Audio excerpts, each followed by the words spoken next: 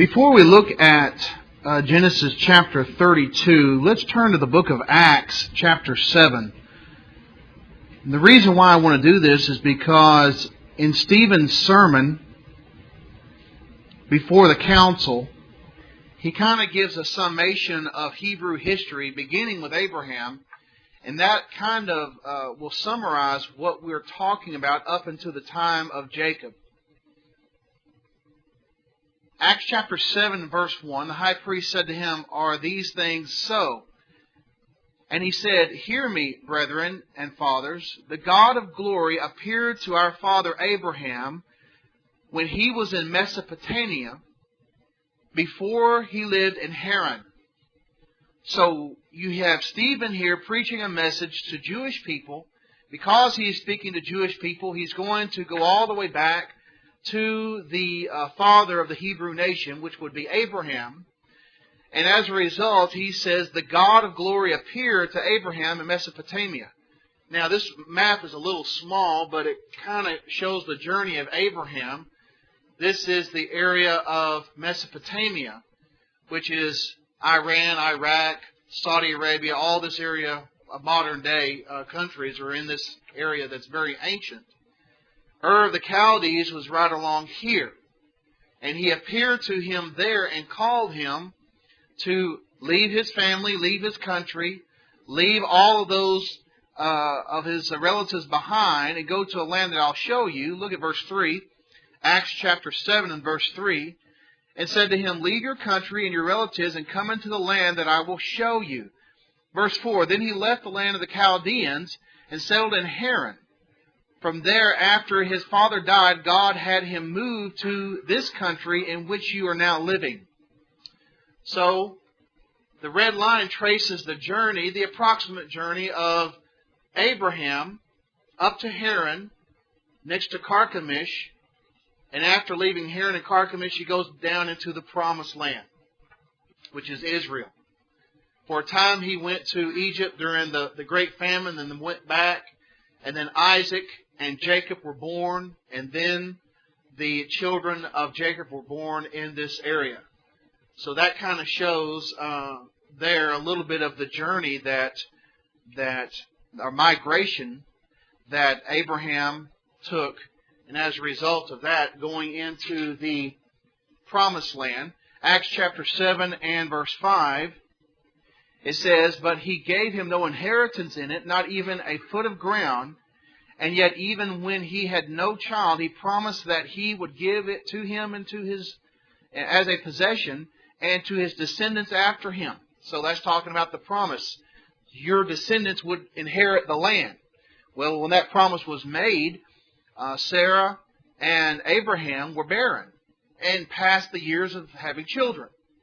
So that promise was made, and by faith, Abraham accepted that, and of course Isaac was born. Verse 6. "But God spoke to this effect, that his descendants would be aliens in a foreign land, and that they would be enslaved and mistreated 400 years. That's a round number. The actual number was 430, but sometimes the Bible just rounds off a number.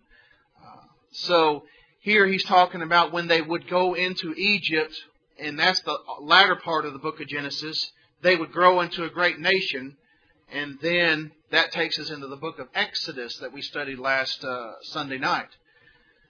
Verse 7, "And whatever nation to which they will be in bondage, I myself will judge." That's talking about Egypt. "And after that, they will come out and serve me in this place." Verse 8, "And he gave him the covenant of circumcision." We've already seen that in the book of Genesis. "So Abraham became the father of Isaac, and circumcised him on the 8th day, and Isaac became the father of Jacob, and Jacob the 12 patriarchs." That brings us up to Genesis chapters the chapters that deal with Jacob and his life, and we're looking at Genesis chapter 32.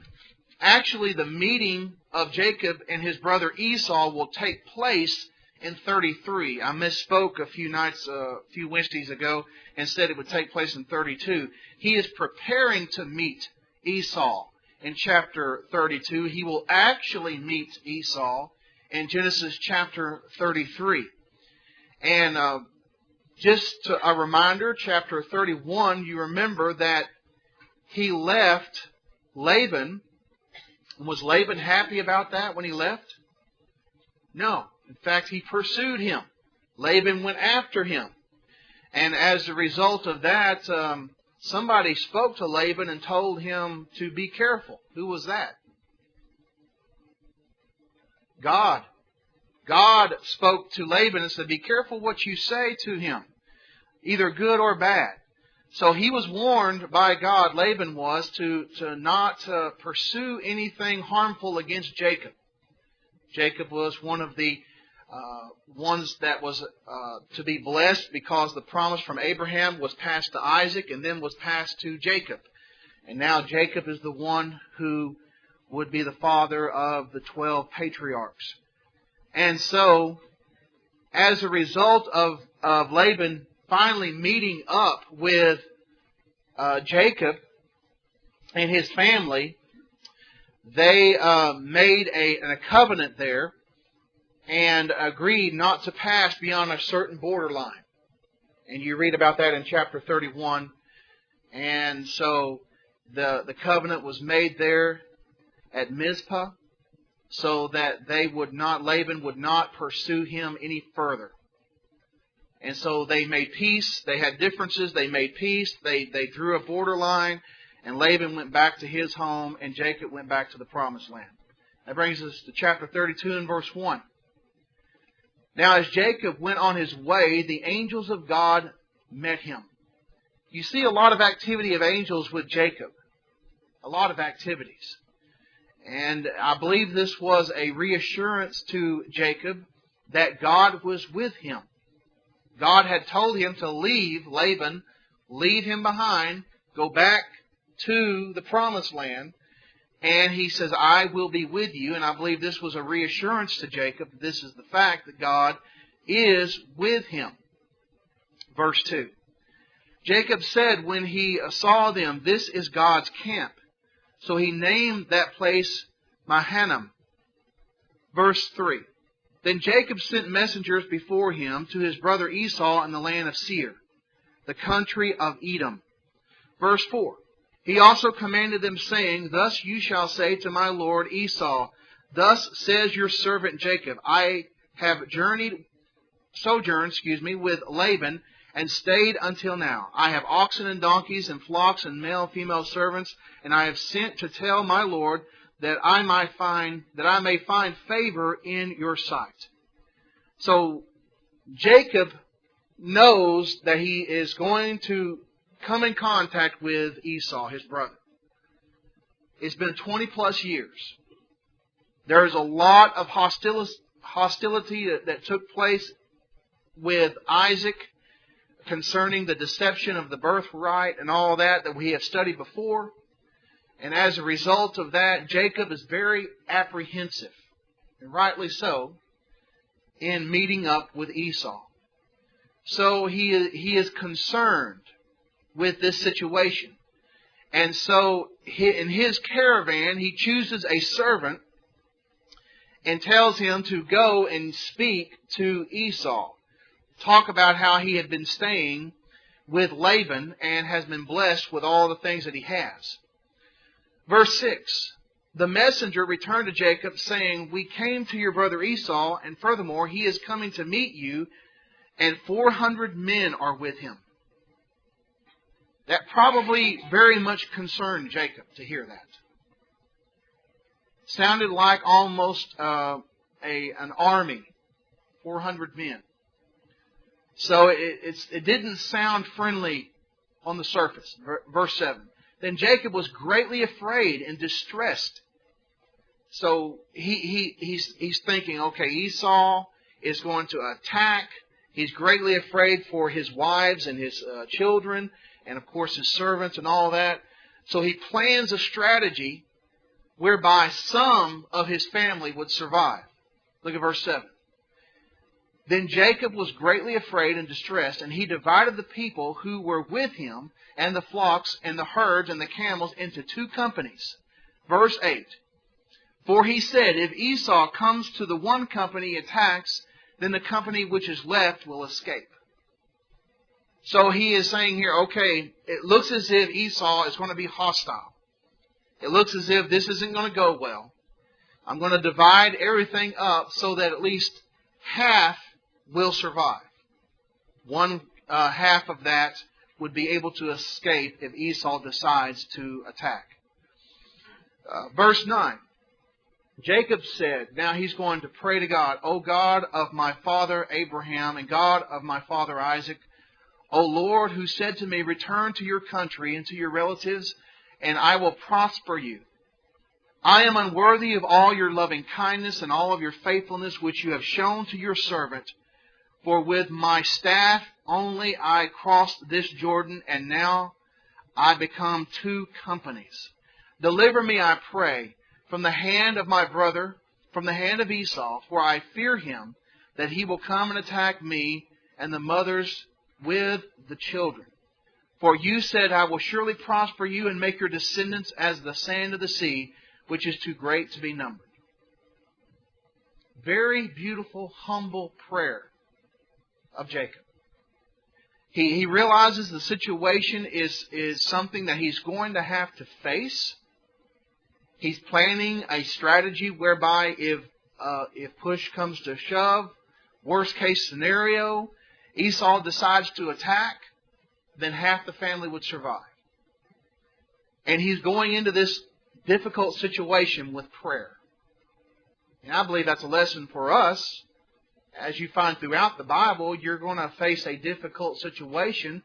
You need to go to God in prayer. And notice how beautiful the prayer is. He recognizes God as the God of Abraham and Isaac, the God who spoke to him, told him to return back to the promised land, the country of your relatives. Verse 10, notice his humility. I am unworthy of all your loving kindness and of all of your faithfulness which you have shown to your servant. I believe each one of us could say that. That we are unworthy of God's loving kindness and faithfulness towards us. We don't deserve anything that God has blessed us with. And Jacob is realizing that. He says, I crossed Jordan with just the staff. Now he says, I'm going to have to become two companies. He's got such a large possession now of wives and children and servants and livestock. He says, I'm going to have to divide it in half so that perhaps half of it will survive. So he's saying, I came over Jordan with nothing but my staff, and now you have blessed me with all of this. Basically talking about the time he was with Laban. So he's recognizing the source of all of his blessings. And giving God thanks and relying upon God for His guidance and for His protection.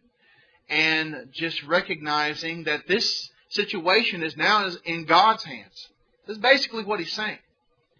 This is now in your hands. I'm going to do the best I can do with the situation, but it's in your hands. And that's how we should approach any difficult situation or hardship. We need to rely upon God. And so he's asking in verse 11 for deliverance from the hand of Esau.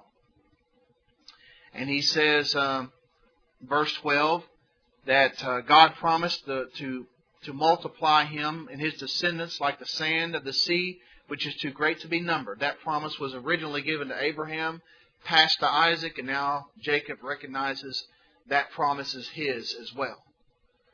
So he's apprehensive, and rightly so. Esau, 20 plus years ago, was wanting to kill him. That's part of the reason why he left. He's coming back.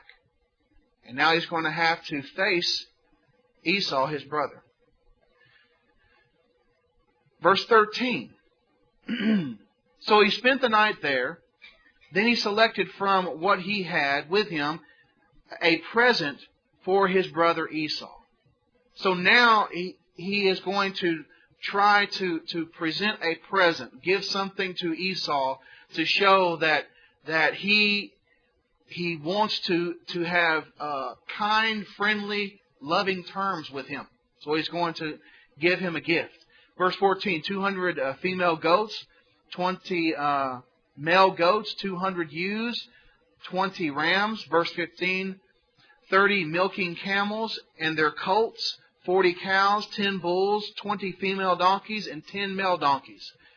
Verse 16, he delivered them into the hand of his servants.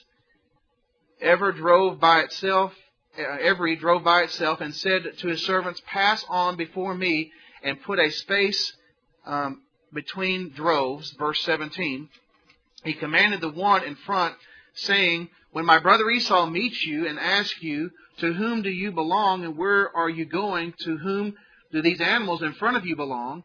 Then you shall say, these belong to your servant Jacob. It is a present sent to my lord Esau, and behold, he also is behind us. So he's putting forth these animals in front of him. All of this, and this would be an extravagant gift to give in that culture. All of these herds, and says, you go before me. And when Esau asks, who do you belong to, and who do these animals belong to? Say that they belong to Jacob, but they are a gift to you, and he is behind us. Verse 19, then he commanded also the second and the third, and all those who followed the droves, saying, after this manner you shall speak to Esau when you find him. And you shall say, behold, your servant Jacob. Notice his attitude of humility. Verse 20. Your servant Jacob. He didn't say your brother Jacob. Your servant Jacob. His humility before Esau. Also is behind us.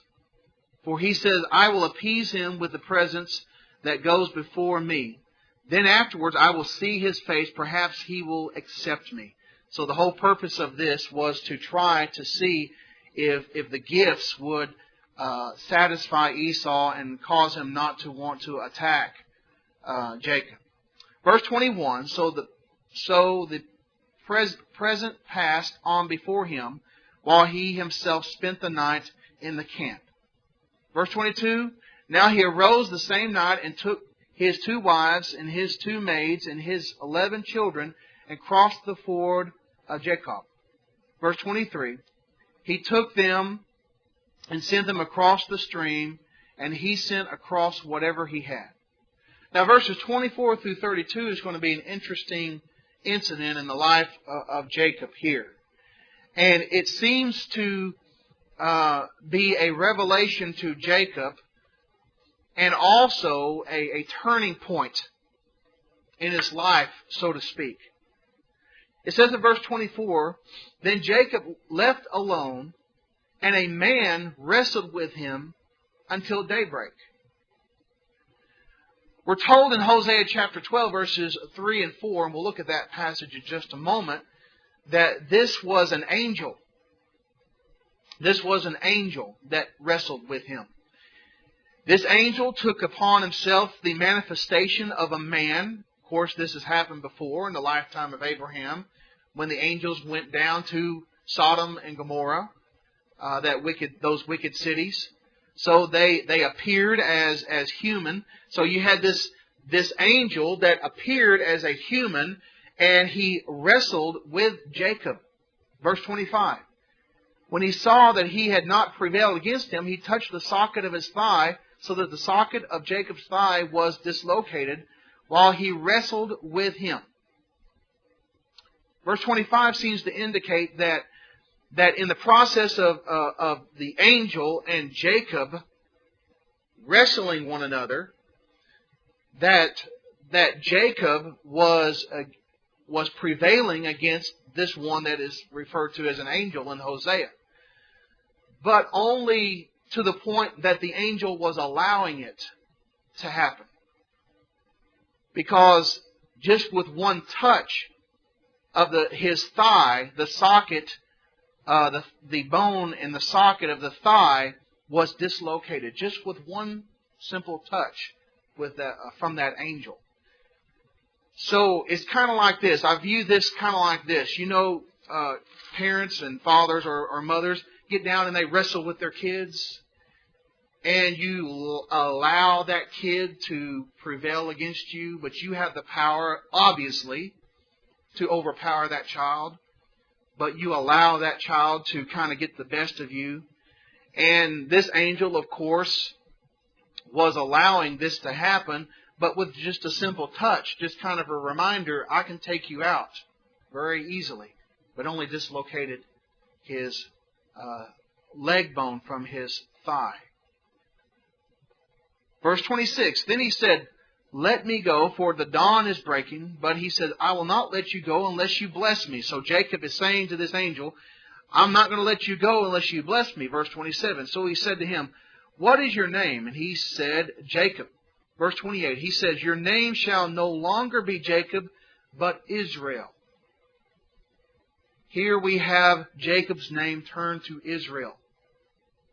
And the nation that will come from him, from the 12 patriarchs, will be, from this point on, known as the nation of Israel. The nation of Israel. For you have striven with God and with men and have prevailed.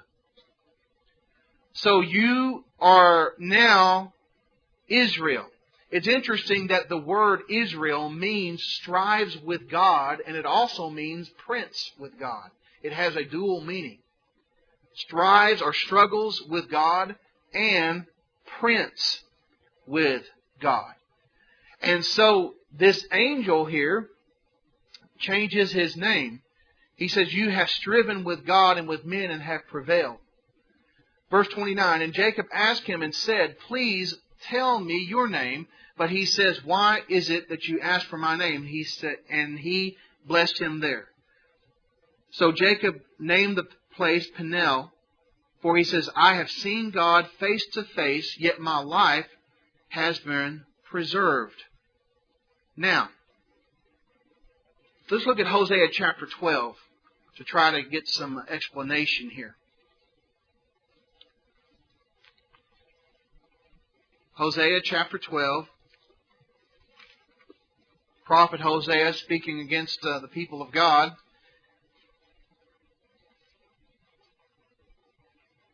He says in verse 2, the Lord also has a dispute with Judah and will punish Jacob according to his ways, talking about the nation of Israel. He will repay him according to his deeds, talking about the nation. In the womb he took his brother by the heel, talking about Jacob and Esau before they were born. And in his maturity he contended or fought with God. Verse 4, yes, he wrestled with the angel and prevailed. He wept and sought his favor. He found him at Bethel, and there he spoke with us. Even the Lord, the God of hosts, the Lord is his name. Now it says that in verse 4, it speaks of him wrestling with an angel. And in verse 5, it says, or it says in verse 3, he contended with God. And in verse 4 it says, Hosea 12, that he wrestled with an angel and prevailed. If he is wrestling with God, if he is wrestling with the Almighty, could it be that God, through this angel, in a physical form, was wrestling with Jacob to prove a point? The point is, you have been striving and you have been fighting all of your life. And it began all the way back to the womb. There was a rivalry, so to speak, between Jacob and Esau.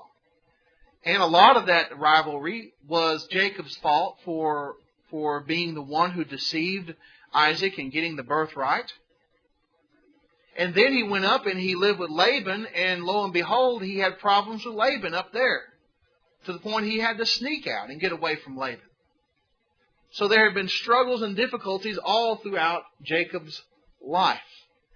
And so it seems as though that God was speaking to Jacob in this way, saying, you're struggling with my will, you're struggling with the will of people on earth, but I told you I would be with you and I would bless you and I would fulfill the promises that I made to Abraham and Isaac through you.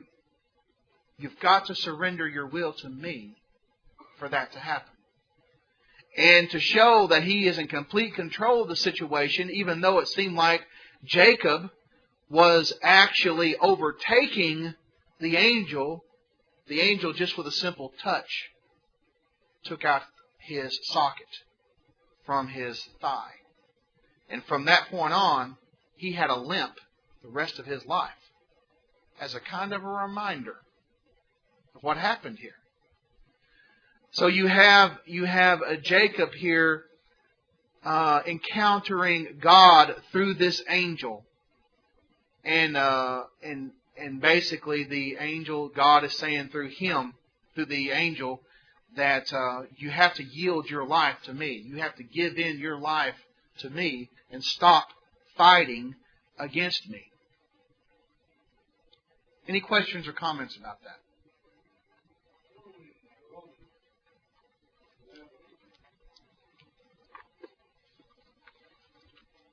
Romans 11.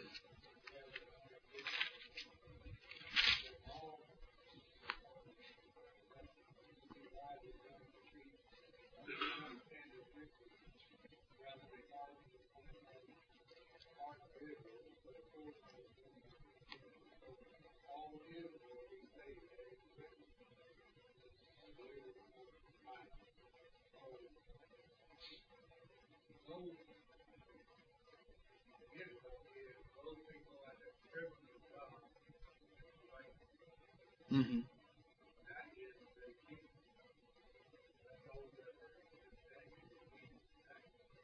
Right. Israel is the spiritual Israel of today is the church, the kingdom, and so that is one and the same. So as the Apostle Paul here is speaking of Israel, Israel will be saved through the deliverer that will come out of Zion. Of course, that's Christ. And so those who have yielded themselves to the will of God and have done God's will, they are a part of spiritual Israel. Now back to Genesis chapter 32, verse 30. We have something interesting here. And Jacob named the place Peniel, for he said, I have seen God face to face, yet my life has been preserved. He had seen God face to face. Now look at Exodus chapter 33 concerning seeing God face to face.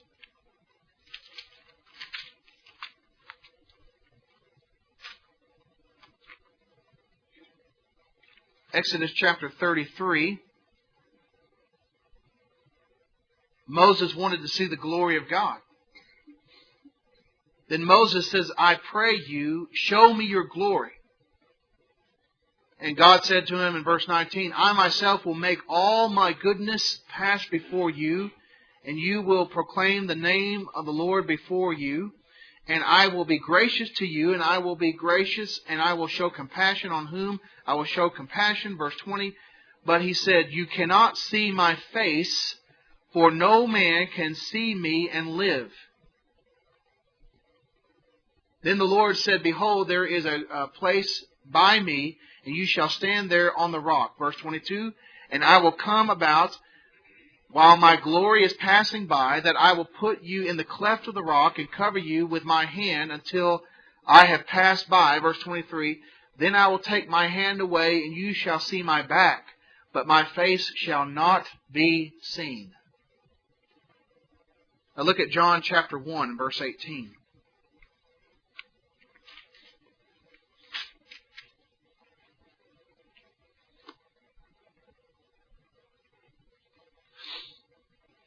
The Apostle John writing, he says, no one has seen God at any time. the only begotten God who is in the bosom of the Father, He has explained Him, talking about Christ when He became flesh. Now, if no one has seen God at any time, and in Exodus 33, no person can see God and live, how do we explain the statement that Jacob made in Genesis 32 and verse 30, or chapter 32 and verse 30, where he says, I have seen God face to face, yet my life has been preserved.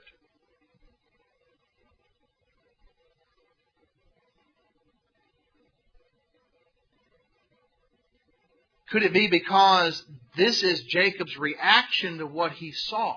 Keep in mind who is speaking here. Jacob.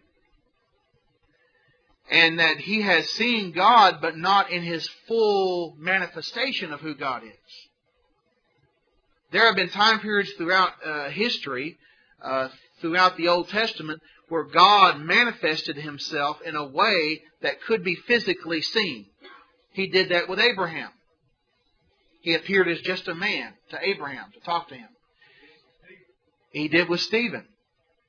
He did with Moses at the burning bush. He did on Mount Sinai. The glory of God came down upon Mount Sinai. Now they saw that, but that was not the full expression of God's glory.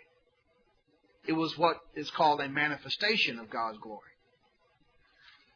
That's why when Moses requested to see God's face, to see Him, to really see Him as He really is, unveiled, God says, you can't do it. You can't do it and live. Now, Jacob here had an encounter with God through an angel, we're told in Hosea chapter 12, verses 3 and 4. It was through an angel that this came to be, and this revelation and this activity took place. So it wasn't that he was seeing God in all His glory and majesty, because he would not be able to live, according to the passages. I'm hearing voices here. Is it just me? Or okay. I'm not just going crazy then. Genesis chapter 32. I believe is talking about a manifestation of God's glory and manifestation of God in that angel that was struggling and wrestling with Jacob. Look at verse 31. Now the sun rose upon him just as he crossed over Peniel, and he was limping on his thigh. He was limping on his thigh. From that point on, this would be almost a reminder of what had happened with his struggle that night. Therefore, to this day, here's something interesting. The sons of Israel do not eat the sinew of the hip, which is on the socket of the thigh, because he touched the socket of Jacob's thigh in the sinew of the hip. That's something that Jews do not do when they eat an animal. And it's probably talking about the sciatic muscle. That this is a dietary prohibition that's found in the writings of Judaism. It's not found anywhere else in the Bible, not even in the law of Moses. But this was a restriction that they had, that they would not eat the sinew of the hip, which is on the socket of the thigh. And it was almost, the reason why is almost a reminder of that encounter that God had through this angel to Jacob, and then Jacob's name was turned to Israel. And from that point on, those who were descended from him in that nation would be called the children of Israel. In fact, in the New Testament, the church is called, in a spiritual sense, Israel. Is there anything significant in a name change? When God gives a name change, when God gives a name, is that important? I believe so. If God gives a name, then that is what God expects that person to have as a name. And you find that in the New Testament, Acts 11 and verse 26, God gave a name to His people, and it's Christian. He called them Christians first at Antioch. And so God has given a name to His people. And so when people in the religious world say, well, there's nothing in a name. There's nothing. The name doesn't mean anything. But yet they want you to call them by the name that they have. What if I started calling Jack Bob? Say, hey man, there's nothing in a name. I'll just start calling you Bob from now on. Well, he wouldn't appreciate that. That's not his name. And so when people in the religious world say, well, it doesn't matter what you call a church. It could be Methodist, Baptist, Catholic, Pentecostal, whatever. It's nothing in a name. How dare they? God has given a name. And we have no right to modify it, change it, or hyphenate it to accommodate the religious world and denominational things. And so that's very significant, I believe. Yes? Mm-hmm. The names, that's very important. The names that are given have meanings. Yeah. And they're not just given because of the sound. The names are given for a purpose. And name changes were given for a purpose. Simon's name was changed to Peter. It meant a stone. Mm-hmm. Prince of God, or power with God, is the definition of that name. So there is significance in the name. Mm-hmm. Their names had significance to them. And so when God gives a name, especially if God gives a name change, that's very important. Saul of Tarsus was changed to the Apostle Paul. Saul was what he was before he was converted. He was a persecutor of the church. And it was changed to Paul. And so you see the importance of a name. When God gives a name, He has given a description of His church in the New Testament. It is called various things: the Church of God, the Church of Christ, the Church of the Firstborn, and those various descriptions that are found there. And we should just stick with what God calls the church and not try to modify it or change it at all. I was talking to a religious person the other day, and I was talking about the name of their denomination. He said, well, it doesn't matter. It's just a sign. It doesn't mean anything. I said, okay, put Satan's church out there then. If the name doesn't mean anything, just put Satan's church.